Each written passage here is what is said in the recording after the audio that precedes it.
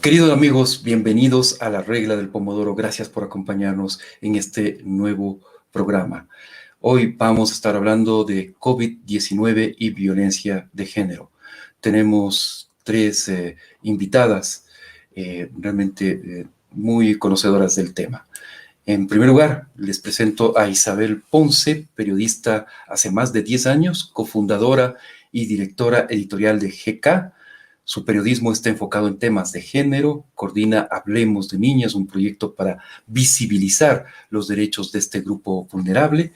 En 2019 ganó una mención de la Sociedad Interamericana de Prensa en la categoría Opinión con una columna sobre violencia de género en el Ecuador. Y en el 2018 fue coautora de la primera investigación que destapó abusos sexuales dentro de la Iglesia Católica en el Ecuador. Bienvenida, Isabela, a este espacio. Muchas gracias, César.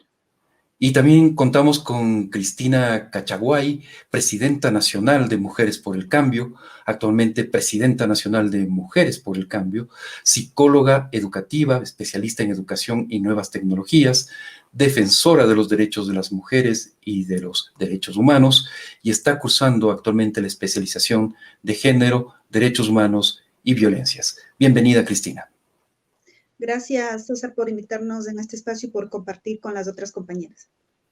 Y finalmente les presento a Juana Catalina Fernández Muñoz. Actualmente es la experta en género de la Fiscalía General del Ecuador. Tiene una especialidad de Derechos Humanos y Estudios Críticos del Derecho en ACLACSO, Consejo Latinoamericano de Ciencias Sociales. Además, una maestría en Gobierno y Administración Pública por la Universidad Complutense de Madrid. Gracias a todas nuestras invitadas. Bien, la pandemia de la COVID-19 ha traído también, dicen algunas cifras, un agravamiento en las situaciones de violencia de género en el Ecuador. ¿Cuál es la situación real? ¿Qué es lo que ustedes conocen sobre este tema? ¿Es tan grave la situación? Bueno, la pregunta es para todas y cada uno de ustedes. Bueno, primero muchísimas gracias por el espacio. Creo que es valioso tejer puentes organizativos mucho más cuando en esta crisis sanitaria la violencia de género efectivamente se ha agravado, pero también se ha invisibilizado, ¿no? ¿Por qué se ha invisibilizado? Porque si bien es cierto, la violencia per se es un problema estructural, en este contexto de crisis sanitaria, el aislamiento ciertamente implica un factor grave de vulnerabilidad para las víctimas, porque hay ciertos patrones conductuales de los agresores que al estar en encierro se incrementan.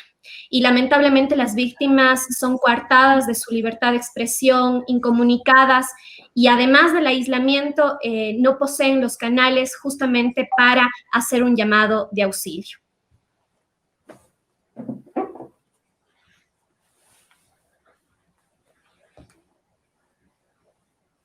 Sí, Isabela, por favor.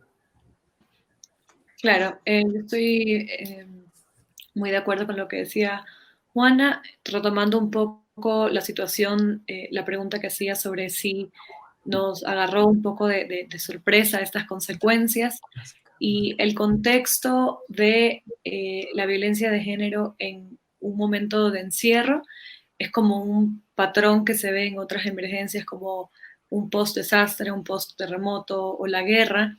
Entonces, sí hubo, apenas empezó la cuarentena en varias partes del mundo, como estas alertas de organizaciones de mujeres en todo el mundo, diciendo que esta violencia podía aumentar. Las razones son varias, que van desde como estrés que puede tener que ver con el tema económico, pero el punto, y como mencionaba bien Juana, es que el confinamiento impide, o sea, el encierro impide que las mujeres puedan salir y acceder a servicios de ayuda por la misma política del toque de queda, o sea, del estado de emergencia. Entonces, sí es una situación, como preguntabas o mencionabas, bastante compleja y como también dijo Juana, no solamente porque aumenta, sino porque sigue invisibilizada por como las prioridades de la crisis, que son los contagios y las muertes por el COVID. Y yo creo que ahí también concuerdo muchísimo con Isabel, porque es verdad, de cierta manera las víctimas no tienen estos canales de ayuda en este contexto de crisis, y por eso es indispensable que la empatía social esté presente más que nunca. Las redes de contención de las víctimas son fundamentales. Vecinos, amigos, familiares que sepan que ya existe una víctima que está inmersa en un círculo de violencia, hagámosle sentir que no está sola. ¿Sí? Si es que como vecino escucho que comienzan a gritarse en la casa de al lado, hago ruido yo también. Comienzo a golpear la puerta, finjo que necesito, qué sé yo, leche, huevos, pan, golpeo la puerta, ingeniarnos como sociedad para sostener a la víctima y sobre todo comprender que estos puentes organizativos desde medios de comunicación, desde las organizaciones civiles, desde el Estado, todos en este momento tenemos que estar muy cohesionados justamente para no ser cómplices de estas agresiones, porque el silencio también es cómplice. Entonces, si es un exhorto, yo creo que en este momento de crisis sanitaria, el reconocer que sí, estamos ante una nueva pandemia que es el COVID, pero estamos también enfrentando una pandemia que siempre ha existido, que son las muertes de nuestras mujeres y que son niñas, niños, adolescentes que siempre han sido vulnerados en sus derechos. Y ese es el exhorto que hacemos también, creo, desde los diferentes espacios en donde nos desenvolvemos como activistas y también como defensoras de derechos. Cristina, como defensora justamente de derechos, ¿cuál es tu visión? Voy a tomar la última parte de Juanita, donde decía, las mujeres, los niños, las niñas, las adolescentes hemos estado ya en pandemia constante. Por eso, desde el movimiento de mujeres, nosotros siempre manifestábamos que es necesario tomar a la violencia de género como un problema de salud pública. Creo que es muy necesario recordar los datos estadísticos, cómo nos encontrábamos las mujeres y nuestra situación antes de la pandemia, durante la pandemia y también ver qué va a pasar después de la pandemia. Antes de la pandemia, el 65 de cada 100 mujeres ya sufrimos algún tipo de violencia. ¿Eso qué quiere decir? 7 de cada 10 mujeres. El 56.9% ya sufría violencia psicológica. El 35.4% violencia física. Esas son las realidades que nosotros nos encontrábamos antes de la pandemia. Durante la pandemia, las realidades lo siguen evidenciando cómo es que este problema de salud pública, que es la violencia de género y la violencia contra las mujeres, ha ido incrementando. Hace 2 semanas el ECU 911 dio aproximadamente las estadísticas sobre cuántas llamadas percibía sobre alertas de violencia de género. Se planteó que era 6.819 hace 2 semanas. Y justamente cuando plantearon ese número de cifras, equiparábamos que eran de las mismas condiciones, casi iguales, de las llamadas que pedían el examen de COVID. Entonces, la violencia en conjunto con la pandemia iban de la mano. Hoy, actualmente, del 12 de marzo al 16 de abril, el ECU 911 plantea que ha existido 7.954 llamadas de auxilio. ¿Eso qué quiere decir? Que diariamente 256 alertas diarias se está realizando en el país. ¿Y cuáles son las provincias que están utilizando más de estas llamadas? Es Guayaquil y Quito. Y son estas ciudades donde también no solo recae la violencia de género, sino también han sido estas 2 ciudades que eran una de las más pobladas, con mayor población, pero que también tenía extrema pobreza. ¿Eso qué quiere decir? Que las mujeres pobres nos siguen violentando en esta cuarentena y que lamentablemente debemos seguir diciendo que el Estado no ha respondido a esta llamada. El 911, y a nosotros nos preocupa eso, de que el 911 está tan saturado que no solo llaman por violencia de género, sino llaman por otras necesidades, que por eso es que desde los espacios de organizaciones de mujeres, de organizaciones sociales, nosotros exhortamos al presidente Lenín Moreno a habilitar una línea exclusiva para las llamadas de alerta de violencia de género. Es urgente. Pero así como es urgente habilitar esta línea de auxilio, es urgente entregar un presupuesto, porque debemos de recordar que la Ley de Prevención y Erradicación de la Violencia para el 2020, el Estado redujo el 85%. Estaba previsto que tengamos alrededor de 5 millones, sin embargo, ya en efectivo, en el 2020 contamos con $876,862. Entonces hubo una reducción más del 70% a la Ley de Prevención y Erradicación de la Violencia, y en ese contexto las mujeres estamos enfrentando esta violencia. Nosotros entendemos de que la violencia es una violencia estructural, es una violencia patriarcal, pero sin embargo, la negligencia de este gobierno frente a este problema de salud pública, que es la violencia de género, nuevamente vemos que sigue haciendo vista para otro lado y no ha dado una respuesta efectiva para prevenir y erradicar la violencia. Juana, Cristina acaba de hablar de negligencia, acaba de hablar de una violencia estructural en la sociedad ecuatoriana, pero también de negligencia del gobierno ecuatoriano en tratar estos temas. ¿Se ha avanzado algo o hay retrocesos? ¿Cuál es su visión desde la Fiscalía? Bueno, yo creo que siempre es importante hablar con humildad institucional, siempre. Porque reconociendo cuáles son las falencias desde nuestras diferentes instituciones que formamos parte del Sistema Nacional para Prevenir y Erradicar la Violencia, es desde donde podemos generar procesos de mejora. La Fiscalía General del Estado, conscientes de que el 911 estaba saturado, de que el 1800 delito, opción 4, igualmente estaba siendo saturado, porque como dice Cristina, no solamente atiende temas de violencia de género, sino otro tipo también de emergencias, ¿no? Bajo este contexto es que la Fiscalía General del Estado se reunió junto con todo su equipo multidisciplinario y optó en este momento por crear y habilitar a través de la página web www.fiscalia.gov.es en el marco de la crisis sanitaria, justamente habilitar dentro de nuestro portal web el formulario de presuntos hechos de violencia de género, violencia intrafamiliar. ¿Por qué? Porque es indispensable hablar siempre desde la transparencia como instituciones, como lo decía en un inicio, con humildad institucional, y la Fiscalía se vio sumamente preocupada por las cifras de ingreso de noticias del delito ante nuestra institución. La Fiscalía es el órgano que se encarga de la investigación preprocesal y procesal penal una vez que se conoce ya el delito, ¿sí? Que se ha producido el delito, que se pone en conocimiento de nosotros como entidad. Y bajo este paraguas es que nosotros comenzamos a hacer un análisis cualitativo de las cifras de noticias del delito, de la dinámica de denuncias que estaban siendo registradas dentro de esta emergencia sanitaria.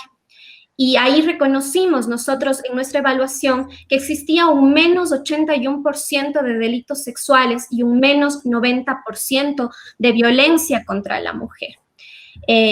Alarmados ante estas cifras es que nuestra máxima autoridad reunió a todo el equipo multidisciplinario y dijimos, como institución que se encarga de la investigación preprocesal, ¿qué podemos hacer en este contexto de crisis? Habilitamos esta opción de este formulario que lo puede hacer uso sea la víctima o terceros, como les decía hace un momento, desde la conciencia social, desde el no quedarnos callados, desde nuestros vecinos, familiares, amigos, cualquier persona que conozca cualquier hecho de violencia puede llenar este formulario, mismo que llega directamente, se direcciona a las fiscalías provinciales en donde se cometieron los hechos, y las fiscalías provinciales a través de la SAI, que es el Servicio de Atención Integral, y también desde sus fiscales de turnos toman contacto directo con las víctimas y en ese momento se procede con las diligencias correspondientes. Ya estamos activos con este servicio desde el día lunes 20. Hemos recibido ya hasta el día de ayer que habíamos contabilizado los formularios que se recibieron entre los casos que eran delitos y no delitos. Los contravencionales se derivan a las unidades judiciales, los delitos se registran ya en nuestra institución, activamos los protocolos correspondientes, como por ejemplo activar a la policía para para hacer acompañamiento a la víctima, acudir al lugar de los hechos, la atención médico-legista o el peritaje psicológico. Hasta el día de ayer teníamos 151 formularios ya registrados en nuestra página. Y por supuesto, no solamente de víctimas, sino también nos llamó mucho la atención, y yo creo que ese sentido de solidaridad, como les decía hace un momento, desde la ciudadanía, es también necesario en este contexto de crisis, y ayuda también a que la víctima no sufra violencia ya desde sus hogares, y a la vez sufra violencia también estatal. Yo creo que es importante el compromiso institucional, el compromiso personal de cada uno de los funcionarios también, la sensibilidad en la atención emergente, y contemplar que una víctima no es solamente un número, ¿sí? No es solo una noticia del delito registrado. Y ese es el llamado que nosotros hemos hecho también a nuestros fiscales de turno, a sus equipos también de trabajo, que se vea a la víctima con una total empatía y conciencia social. No sé si alguien quiere comentar algo de lo que ha dicho Juana. En todo caso, sí. Yo quiero comentar algo, sí. Por favor, dale. Un par de cosas, pensando en lo que dijo de la cantidad de denuncias que llegan a la Fiscalía y viendo un poco las falencias que mencionó Cristina, con fuentes que he conversado, las redes de fuentes de temas de violencia de género, sé que hay un problema, por decirlo menos, en que hablamos de estas 7.000 llamadas, ¿no? Y el proceso que se sigue luego de la llamada tiene un problema importante, porque ¿cuántas de esas son contravenciones, cuántos son delitos y cuántos llegan a denunciarse en las dependencias que son? Exacto. ¿Y dónde se pierde o sea, dónde es que están estos obstáculos? Y uno de los obstáculos precisamente, y lo mencionó ahora, que tiene que ver con la policía, con la falta de sensibilidad de la policía de atender un caso de violencia de género porque no es su especialidad, por decirlo de una manera, o no está sensibilizado. Es que no encuentro la palabra de decir que llegue y empiece a hacer preguntas como, o sea, no llega a solucionar, sino incluso a veces se vuelven trabas por el tipo de preguntas que hace, o quejas a la pareja por estar haciendo relajo. Entonces, eso, o sea, la conclusión es que la víctima se queda con el agresor, o otros casos que se han visto es que llevan a la mujer y a los hijos, si es que es el caso, a una casa de acogida, el agresor se queda en casa. En otros casos, o sea, me contaron de un caso que unas amigas de la víctima tuvieron que pagarle el hotel al agresor para que se vaya. O sea, como que no están los mecanismos adecuados en esa atención de flagrancia. Ya, ahí hay como un nudo, me parece súper importante. Y lo del formulario me parece una iniciativa importante. Creo que, como dijimos al inicio, como celebro todas las iniciativas, pero yo estoy más de acuerdo con Juana cuando habla de las redes de apoyo, porque un formulario, si con las justas, ellas pueden acceder a un mensaje de texto y tener el celular a la mano sin que el agresor esté pendiente, muy difícilmente va a poder llenar un formulario. Entonces, creo que hay que tomar muy en cuenta esa limitación y entender que el formulario podría servir para quienes están cerca o podrían advertir, pero sí es difícil en los contextos, y peor en los contextos de acceso a Internet, o sea, como rural, el tema del formulario. O sea, quiero como resaltar esas cosas porque entiendo que las motivaciones pueden ser completamente adecuadas y estamos haciendo la mayor cantidad de esfuerzos desde nuestros lugares, nuestros espacios, nuestros trabajos, pero el caso, a mí me gustaría mucho fortalecer el caso del inicio de poder fortalecer las redes de los vecinos, de las amigas, de la familia, del trabajo, de poder encontrar mecanismos de apoyo. Hay una iniciativa mexicana, me parece que es, pero que acá se ha replicado y que tiene que ver con unos stickers en WhatsApp que se usan como códigos de alerta dependiendo de qué es lo que esté sintiendo o sufriendo la mujer.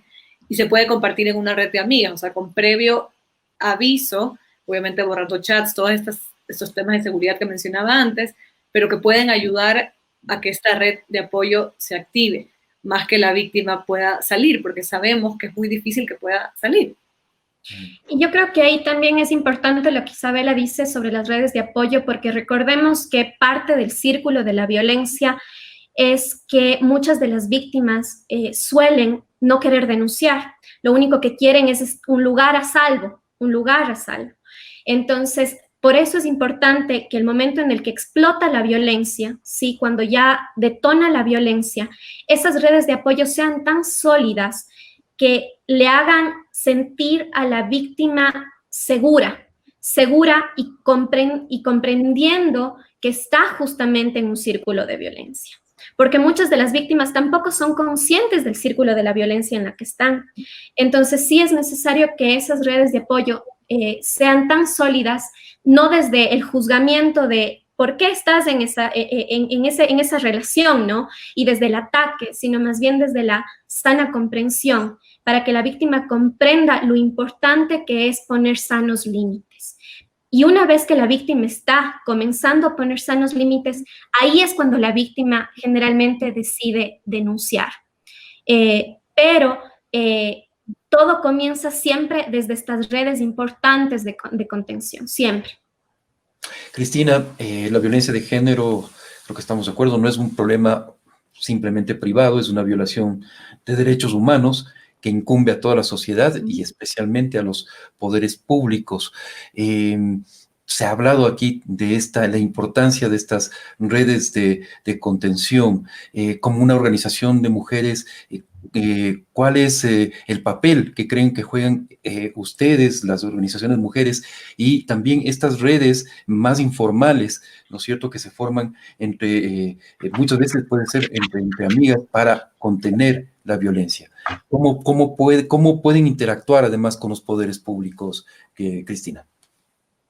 Bueno, creo que sí es muy importante lo que plantean las compañeras, ¿no? El tema de crear, y lo venimos haciendo estas prácticas, el movimiento de mujeres, el movimiento feminista, lo hacen, es una práctica diaria, como ya decía, el tema de la violencia de género, las mujeres, ya lo hemos venido enfrentando. Esta pandemia, para nosotras, la violencia de género, la hemos venido enfrentando y conocemos y nos articulamos frente a la ayuda y la contención de estas mujeres. Pero nosotras como mujeres no podemos dejar de insistir la responsabilidad del Estado. Los feminicidios, el Estado es culpable por no dar una respuesta efectiva y eso hay que tener bien claro.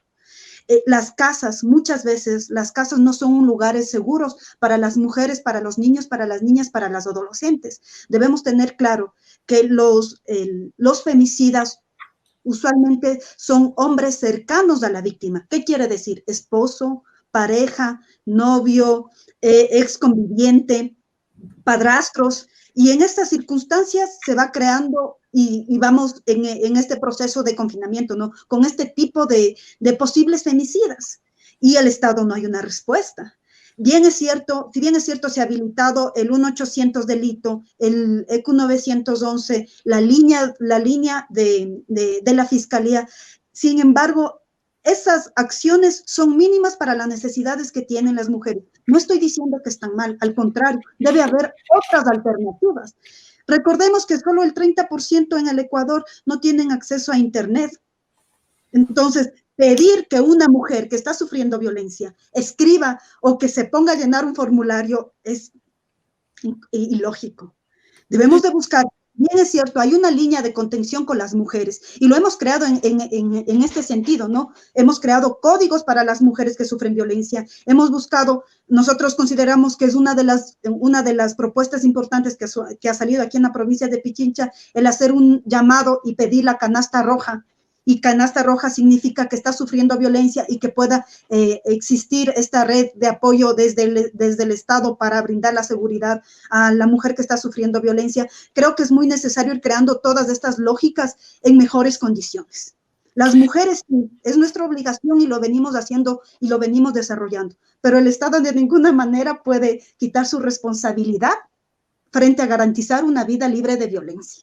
Y en este sentido, las mujeres no solo hemos creado esta red de llamadas, hemos creado grupos de WhatsApp y porque nosotros vemos que parte de la violencia de género también es esta necesidad de alimentación, es cómo se crean estas tensiones frente a las necesidades básicas de los seres humanos. Entonces, en este contexto, no solo las mujeres enfrentamos la violencia de género, también enfrentamos la pobreza que se va incrementando dentro de nuestras familias y que como mujeres también lo sentimos, que esta es también una de las violencias más extremas que estamos sufriendo. Entonces, en este sentido, las mujeres y colectivos y organizaciones no solo nos reunimos o no solo nos articulamos y no solo buscamos a nivel de nuestros barrios, a nivel de organizaciones locales o a través de WhatsApp o redes sociales o con vecinos o con propias familiares que ya han sido víctimas de violencia, articularnos con estos códigos. Sin embargo, también hoy hay una respuesta que nosotros necesitamos que se efectivice de parte del Estado. Yo ahí quisiera comentar algo. Permíteme, Juana. Antes de que des la réplica, yo quería preguntarle a Isabela, porque tiene experiencia como cubriendo estos temas desde hace algunos años. Parece ser una situación sin salida. Estamos obviamente confinados en una situación en la cual tenemos que combatir la expansión de la pandemia, y eso levanta estos riesgos. Las medidas, por más que sean de muy buena voluntad, parecen ser insuficientes. Cristina nos dice que son insuficientes, pero entonces, ¿qué hacer en estas circunstancias? O sea, obviamente yo puedo responder desde el periodismo, que es lo que hago, y va de la mano de la visibilización, pero la visibilización no solamente de la denuncia, sino también de estas posibles salidas. Y lo han mencionado en esta llamada, en esta reunión, con algunos ejemplos súper concretos, y yo creo que va muy del ejemplo concreto como de la solución, como en el caso del periodismo de soluciones, ¿no? Como decir, se está haciendo esto en tal lugar, esos son los números de llamada. Por ejemplo, un ejemplo, en uno de los artículos que nosotros publicamos hace poco sobre temas de violencia de género en tiempos de COVID, incluimos unos números que están disponibles en este caso de Surcuna, ¿ya? Que en otro caso, en algún artículo no solemos hacer eso porque es como raro poner dentro del artículo, esta es la línea, pero es como a través de la información oportuna y de las rutas se puede como ayudar de alguna manera. O sea, yo no puedo dar una solución de cómo esto se puede resolver, pero sé de casos concretos que los han mencionado de alguna manera, de conocer, por ejemplo, la red de casas de acogida que está en casi todo el país. Entonces, en este caso concreto, yo estaba en contacto con algunas de ellas y mi idea es poder estar en contacto con más para conocer qué están haciendo. Como decía Cristina, el grupo de WhatsApp puede ser poderosísimo. Lo que decía, creo que fue Juana, Cristina, no me acuerdo, lo de los golpes y que escucha a un vecino. O sea, esas cosas, el metro cuadrado, ahora pesa muchísimo más que pensar en grandes soluciones. Y yo creo que hacia allá va el aconsejar, ¿no? Entonces, es como decir, en el caso concreto, más allá de los reportajes y desde lo que yo puedo hacer o GECA puede hacer como medio, a través de las redes sociales, con infografías, con cosas, con consejos, para que tenga alerta. Y por eso puse el ejemplo de los stickers, que puede ser un ejemplo pop, pero me parece bastante efectivo que si ya conocemos un poco los códigos y alguien está en alerta, pueda mandar eso, o lo que decían de la canasta roja. O sea, esas cosas se han probado en otros países, y aquí sí yo creo que es la articulación de decir, ok, que el gobierno pueda proponer algo, como lo de la canasta roja, pero se pueden articular las organizaciones, o sea, todos tenemos que actuar y también saber las limitaciones de cada cosa. Por eso creo que las iniciativas, siempre y cuando estén articuladas y no dupliquen esfuerzos, eso también es importante. Yo pensaba hoy en eso, porque si hay un tema de violencia y se sabe que se puede llamar al 911, si es que hay chance, se puede ir a la fiscalía, se puede a la Junta de Protección de Derechos, pero ¿cómo comunicamos todas estas opciones? Y yo me imagino que Cristina en estos grupos de WhatsApp también menciona, están dando asistencia individual, o sea, como a casos que escriben específicamente. Y para mí esos son los grandes cambios, estas atenciones personalizadas que lastimosamente por el tema de la pandemia está más colapsado que nunca, el tema de la atención. Las organizaciones no se dan abasto. Entonces, ahí yo sí reitero el pedido de Cristina de que el Estado sí debería ser más fuerte en poder atender esto, peor en un momento donde está más invisibilizado que nunca por el COVID. Juana, usted tenía algunas algunas observaciones de lo que decía Cristina, pero también le quiero plantear la misma pregunta que a Isabela, ¿qué hacer en una situación tan compleja como esta, ¿no? En la cual son una situación extraordinaria en la cual tenemos que estar confinados para que la COVID-19 no se expanda, no llegue a una situación crítica, pero al mismo tiempo se producen todos estos riesgos. Juana. Sí, bueno, comenzar primero diciendo que cuán importante es el tejernos, ¿no? El dejarnos el dejarnos tejer más allá de nuestras posturas personales, políticas, institucionales, sociales, etcétera, y el comenzar justamente a generar puentes organizativos que yo lo mencionaba en un inicio. Por ejemplo, yo vengo de base social, y ahora estoy desde el lado del Estado. Y desde el lado del Estado es desde donde se quieren generar nuevos canales justamente para permitir que la violencia de género, que es un problema estructural que nos compete a todos y todos desde nuestras distintas trincheras, digámoslo así, poner un granito de arena justamente para crear mecanismos que puedan adaptarse a las diferentes realidades. Efectivamente, Cristina, no creemos que un formulario va a combatir totalmente la violencia de género. Totalmente de acuerdo contigo. Sin embargo, así como ese grupo de WhatsApp que se crea, este nuevo mecanismo también es otro nuevo canal, otro punto de fuga, otro mecanismo para decirle a la mujer, aquí estamos como Estado. Falta muchísimo como Estado para seguir en pie de lucha y construir justamente una sociedad mucho más diversa, mucho más inclusiva y sobre todo libre de violencia. Pero yo creo que cada esfuerzo desde nuestras diferentes trincheras es muy válido. Y yo creo que desde la sororidad más profunda siempre es rescatable estos puentes organizativos. La sociedad civil nos interpela como Estado, siempre. Y es necesario ese reclamo y esa interpelación. Justamente en enero nosotros conversábamos con algunas organizaciones civiles donde participó Sibel Martínez, Silvia Buendía, entre otras activistas, porque es necesario disminuir estas brechas que se han generado entre el Estado y la organización de sociedad civil. Sí, estas brechas son las que justamente no nos permiten tener espacios colaborativos y comenzar a repensar la estructura no solamente del Estado, sino desde la sociedad y cómo desde nuestros diferentes roles podemos contribuir. Efectivamente, como dice Isabel, las redes de contención son claves, son incluso más importantes para el proceso de la sanación de la víctima que la sanción misma dentro de un proceso judicial. En mi constante apoyo a las víctimas de violencia, recuerdo cuando yo estaba en la casa de acogida María Amor y trabajábamos con una víctima y ella me decía, a mí no me interesa directamente una sanción al agresor. Yo lo que quiero es comenzar mi proceso de sanación.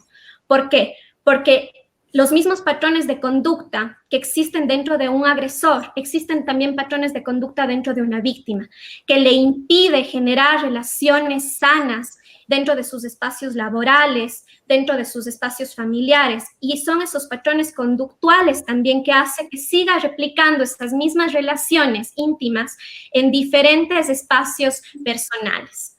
Entonces, yo sí creo que la prevención y la erradicación de la violencia tiene varias aristas, no solamente las responsabilidades del Estado, sino la responsabilidad también desde la educación en casa, desde el tener una horizontalidad en nuestras diferentes relaciones. Entonces, tiene varias aristas, la prevención, la atención, la sanción, y desde ahí, desde nuestras diferentes trincheras, desde donde comenzamos a construir. Yo creo que es importante en este punto, justamente desde donde comenzó el día de la emergencia, nos dimos cuenta que no sirven las posiciones en las que estamos, si es que desde nuestras posiciones en las que estamos, cada uno hace un poquito más para contribuir a que justamente se prevenga y se elimine la violencia de género. El comenzar a tejernos entre todos y el generar puentes organizativos, reafirmo, es el compromiso, creo, en este momento. El generar empatía social, cohesión social y sobre todo un compromiso desde nuestros diferentes roles como sociedad. Gracias, Juana. Cristina, quiero que me comentes, hay un factor del que no hemos hablado en esta conversación, que es el papel de los gobiernos locales, del Estado a nivel intermedio, ¿no? De estos gobiernos locales. ¿Qué papel pueden jugar en esta situación que tú describes perfectamente, en la cual el Estado tiene una responsabilidad? Pero, claro, estamos hablando del Estado nacional, pero también del Estado local, ¿no? De las instituciones de los estados locales. Creo que es muy importante el tema de aterrizar, ¿no? Porque a veces de buenas intenciones no se ha prevenido ni se ha erradicado la violencia desde hace años. Entonces, puede haber muchas buenas intenciones, pero si no hay una posición política de gobernar a favor de las mujeres, vamos a seguir en pandemia las mujeres, vamos a seguir recluidas las mujeres y vamos a seguir muriendo las mujeres. Asimismo, el Estado tiene que dar, y creo que es muy necesario hablar de este presupuesto para bienestar social. Parte de bienestar social es el acceso a la salud, a la educación, a la prevención de la ley a la prevención contra la violencia. En este sentido, vemos que a nivel del Estado hubo una reducción para bienestar social. Y todas el tema de la educación, de la salud, no tiene presupuesto. Entonces, sin presupuesto, Juanita tiene que saber muy bien, la compañera, que sin presupuesto no se puede aplicar. Sí, entonces, totalmente de acuerdo ahí. Y en ese sentido, el Estado también tiene que dar presupuesto para cada ciudad, para los gobiernos locales. Reciente nomás aquí en la provincia de Pichincha y en otras provincias estaban exigiéndole al Estado que dé el presupuesto que les da deuda. Sí. Entonces, vemos y ratificamos de que es muy necesario articular. Estoy en entrevista. Esta acción para frenar y erradicar la violencia. Dentro de la provincia, creo que en estos estados de crisis a nivel de la sociedad, cuando hay una crisis social, donde menos invierte son donde las mujeres y los niños y las niñas. Y en este caso se sigue nuevamente viendo eso, porque no hay una mirada exclusiva para esta necesidad, ¿no? Nosotros también consideramos, yo te hablaba que si bien es cierto, hay un tema de violencia de género, esta violencia intrafamiliar, los femicidios. Ustedes tienen que conocer que aquí en la provincia de Pichincha, al sur de la ciudad, una mujer de alrededor de 27 años fue asesinada, y el femicida posteriormente le botó el cuerpo a la quebrada y dejó a sus 2 hijos huérfanos. Y no ha habido una respuesta efectiva. ¿Qué pasó primero con esos niños que quedaron en indefensión? ¿Qué pasó y cómo se va a garantizar también su alimentación, su acompañamiento psicológico? Ni del Estado, ni del Estado local, ni del Estado nacional. En este contexto, nosotros vemos de que seguimos de la desprotección. Sin embargo, creo que ahí concuerdo y siempre concordaré con las compañeras, porque con Juanito nos conocemos en estos espacios de organizaciones sociales, de que es muy necesario cómo es que las organizaciones vamos tejiendo este sostén a nuestras compañeras, a las mujeres, a los jóvenes, a las niñas, a los niños. Hay un grupo que nosotros, de psicólogas, donde participamos, donde damos los primeros auxilios psicológicos, y donde hacemos el acompañamiento a la víctima. Estamos trabajando con las compañeras de Surcuna, pero también con el Colegio de Abogados de Pichincha, donde existe los compañeros de género. Parte del Colegio de Abogados han dado sus servicios gratuitos para estar alerta y hacer estos acompañamientos para las denuncias.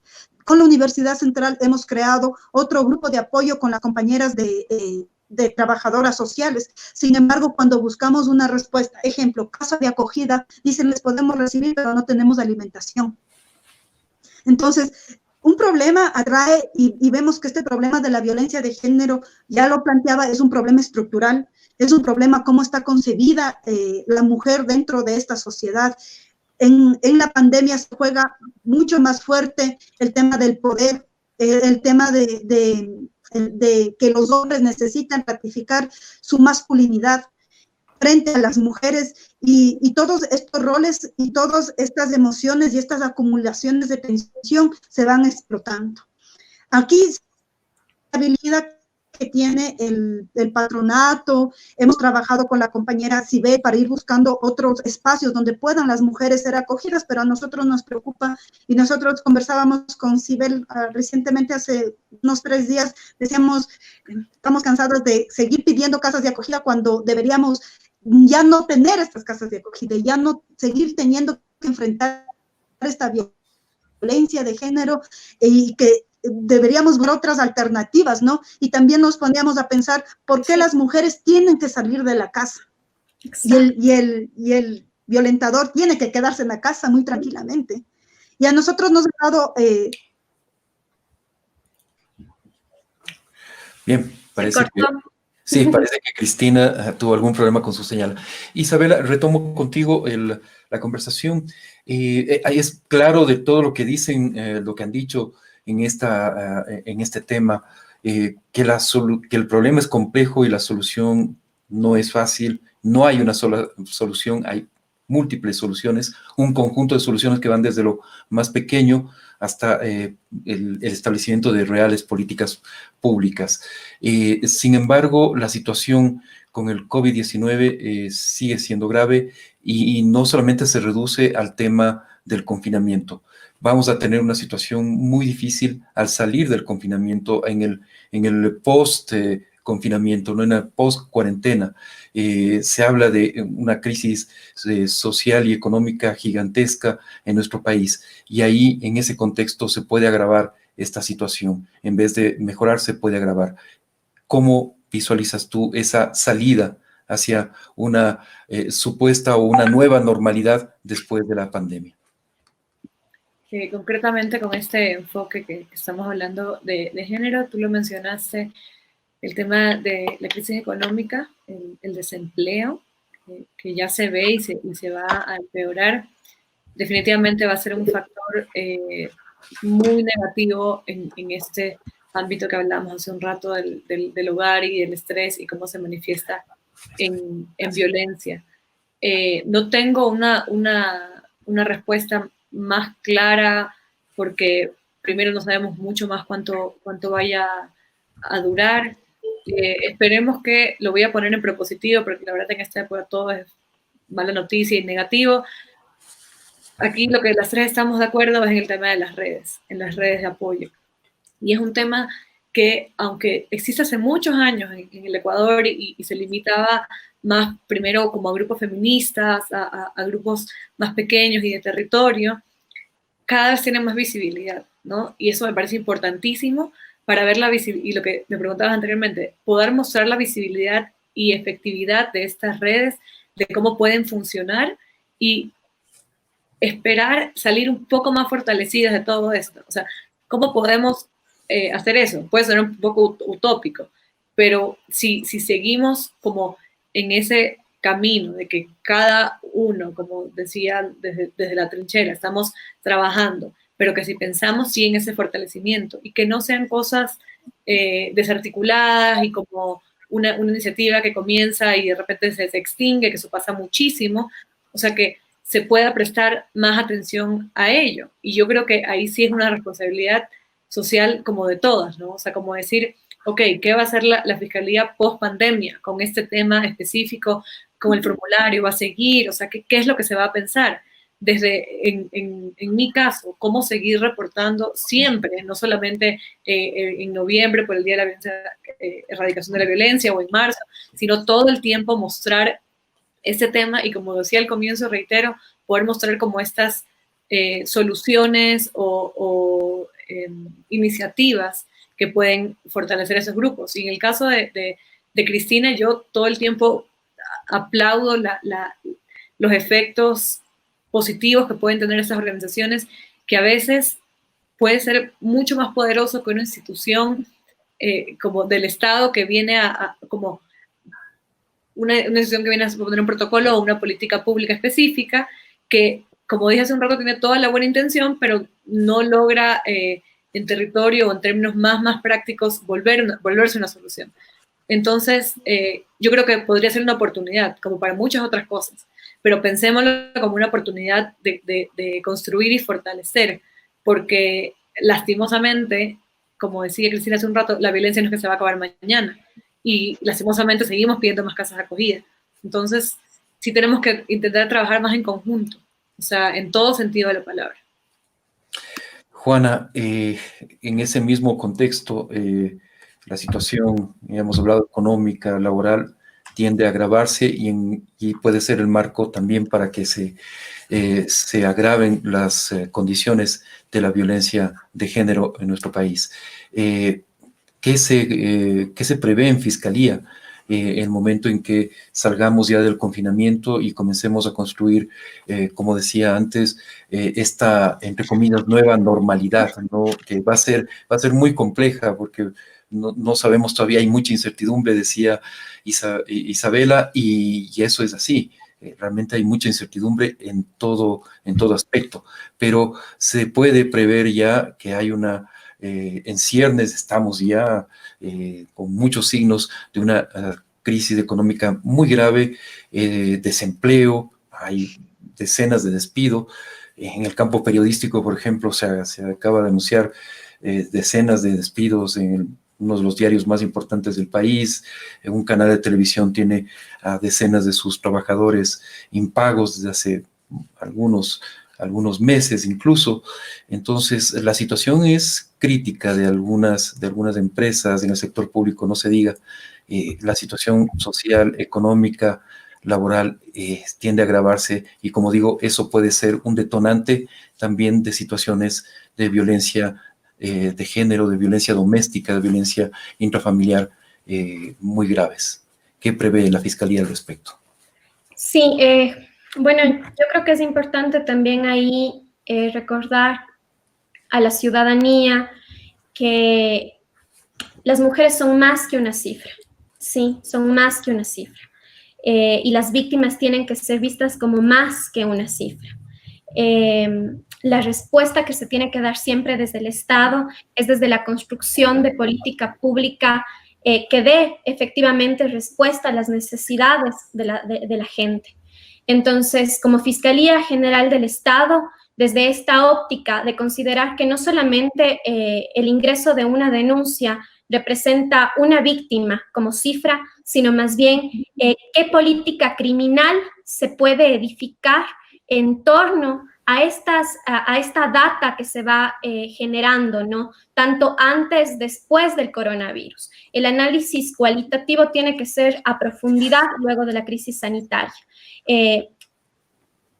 Y sobre todo para no caer en lo que decíamos al inicio, que es la invisibilización de las mujeres que han sido violentadas durante el periodo de la crisis sanitaria.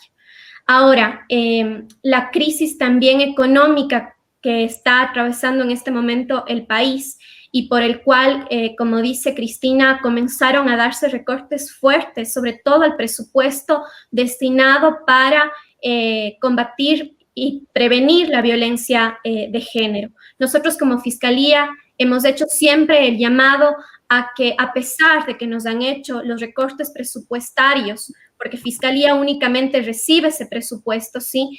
A pesar de que hemos hecho los exhortos correspondientes, más que nada para poder implementar en territorio y desplegar muchas más fiscalías, ¿sí? Que puedan atender a muchos más casos, porque la carga procesal en territorio es desbordante.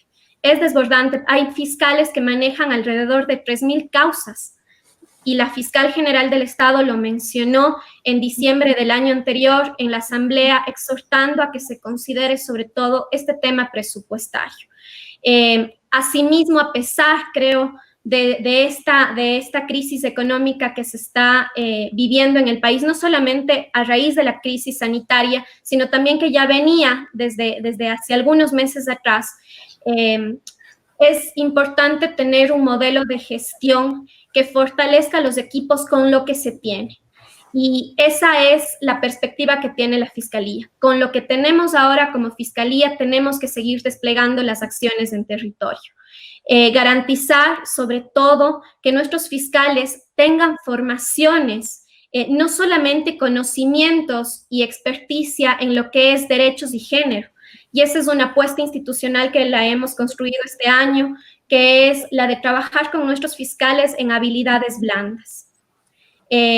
Inteligencia emocional, que es justamente un medio y un canal para tener mayor cercanía con la víctima y poder realizar los peritajes correspondientes, las investigaciones preprocesales y procesal penal respectivas, porque a veces las víctimas ya no confían en el Estado. Como decía Cristina, existe esta desconfianza frente al Estado. Entonces, la Fiscalía lo que quiere generar en esta administración es justamente una cercanía y hacerle entender también a la ciudadanía que la administración pública debe estar para rendir cuentas, ¿sí? Debe estar para rendir cuentas paulatinamente.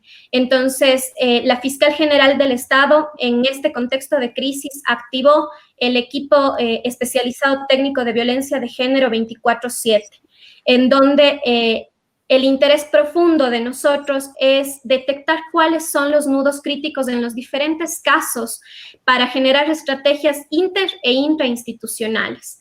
El equipo de género se está fortaleciendo justamente desde esta mirada de cercanía con la ciudadanía. A veces la víctima llega golpeando las puertas de la Fiscalía, no solamente esperando una respuesta, como les decía hace un momento, y una sanción, sino para ser escuchada, Entonces, en ese espacio de diálogo que se tiene con las víctimas, se les va direccionando a través del equipo técnico especializado de género en cómo manejar su proceso ante el fiscal, cómo el fiscal puede apoyar a la víctima para que este caso no quede en la impunidad. El fortalecimiento de habilidades blandas es clave. El año anterior se capacitó al menos a 5.758 fiscales y equipos técnicos. Y este año igual seguiremos capacitando, pero ya desde esta óptica de habilidades blandas. Cómo lograr que un fiscal se sensibilice, empatice, trabaje con la víctima de la mano para que su caso no quede en la impunidad. El análisis de la política criminal también es indispensable. Cada caso es específico. Sin embargo, a pesar de que cada caso es específico, hay ciertas conductas que nosotros podemos detectar en la resolución de cada caso.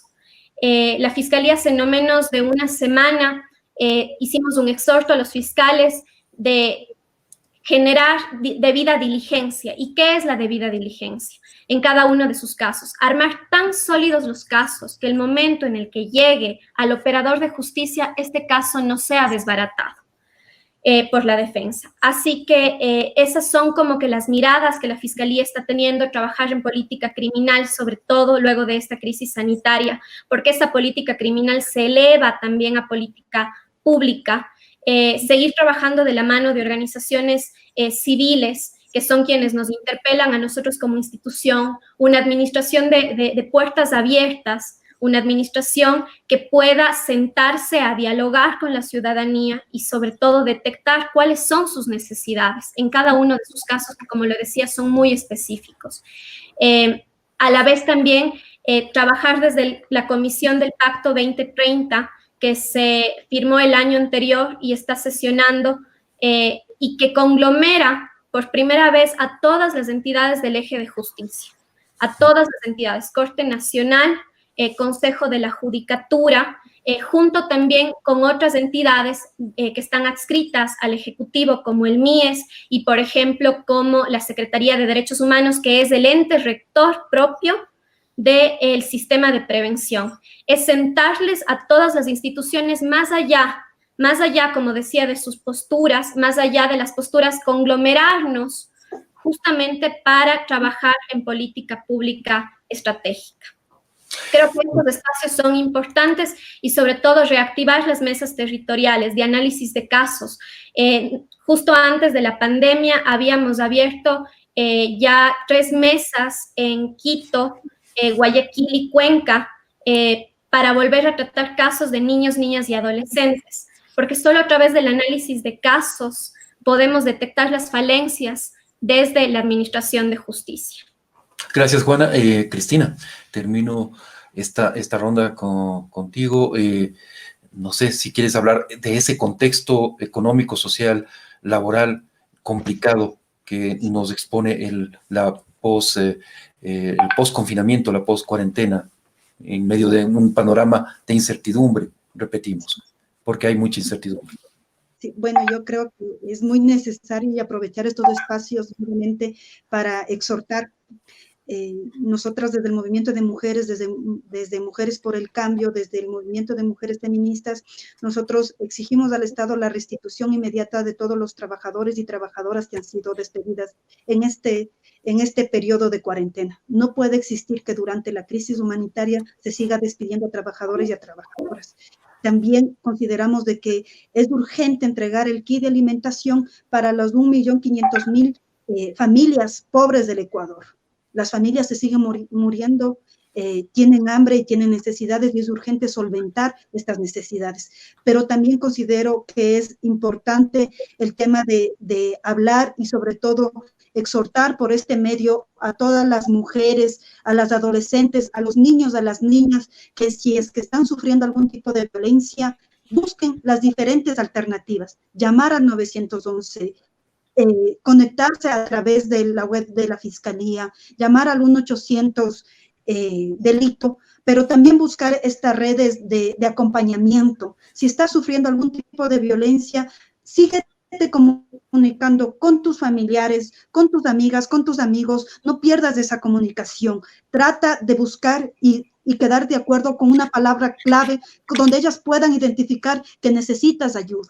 También es muy urgente invitarles a estas personas y hacerles entender a través de todos estos espacios de que no están solas, de que hay mujeres, que hay organizaciones, que estamos alerta y que estamos pendientes para acudir a su llamado. Es muy urgente saber y tener identificado al vecino o a la vecina que conoce que está sufriendo violencia, también buscar y ver cómo es que nosotras podemos contribuir. Estos códigos, estas palabras claves, esta empatía que tiene que crearse dentro de la sociedad por el bien del otro, es urgente. Yo creo que parte de del confinamiento, de la cuarentena, que el privilegio no los nuble la empatía. Y debemos de expresarnos en mejores condiciones con los trabajadores, con las trabajadoras, con los trabajadores del sistema de salud, una solidaridad, por supuesto, y agradecimiento a todos los productores agrícolas que en esta pandemia no han parado y han seguido produciendo y han seguido dando alimentación a todo el Ecuador. A todos esos médicos y médicas que a pesar de tener un recorte presupuestario, de no tener los insumos de bioseguridad, siguen en primera línea. Creo que es muy necesario hacer ese reconocimiento a estos hombres y mujeres, trabajadores y trabajadoras que siguen en pie, dando una pelea constante al coronavirus. Pero también hacer este llamado al Estado, ¿no? Llamar a la unidad de las organizaciones sociales, de los defensores de los derechos humanos, del movimiento de mujeres, para seguir exigiendo al Estado que cumpla con su función y con su deber. Nosotras como mujeres hacíamos un análisis y nos preocupaba que durante esta crisis el Estado pagó la deuda externa cuando a nivel internacional el G8 que se reunió planteaba de que los estados deberían dar una moratoria a la deuda externa y que ese dinero se invierta en estas necesidades urgentes. Y aprovecho también porque sé que nos va a ver muchos hombres y mujeres de la provincia de Guayas, a las familiares de Guayas, mucha valentía y mucha resistencia. Yo creo que es una de las provincias más afectadas y es la provincia más afectada del Ecuador, pero sin embargo creo que es muy necesario de que el Estado garanticen mejores condiciones, no solo alimentación, no solo medicina, sino también dignidad para los muertos en esta pandemia, dignidad para esas familias y que se les entregue el cuerpo, porque nosotros tenemos y estamos haciendo esta red de acompañamiento con mujeres y es desesperante cuando estas mujeres nos llaman a decir que no tienen comida y buscamos alternativa para hacerles llegar la comida. Nos llaman a decir que no tienen medicina y buscamos alternativas para darles medicina. No puede ser justo que se cobre $100 por un examen de COVID. se está privatizando la salud. Y en ese contexto también es muy necesario hacer un llamado y mostrar nuestra solidaridad con la ciudad de Guayaquil. Gracias, Cristina. Gracias a todas nuestras invitadas, a Isabela, a Juana, también por estar aquí, por los importantes criterios que han aportado. Realmente es un problema muy grave, como vemos, muy complejo, con muchas aristas y que tiende lamentablemente a agravarse en el contexto de la pandemia de la COVID-19. Gracias a todos ustedes por vernos a través de los canales, diferentes canales en Facebook, en YouTube, en Twitter de Fundamedios y de Al Grano. Un fuerte abrazo. Los invitamos a que nos sintonicen en el próximo programa.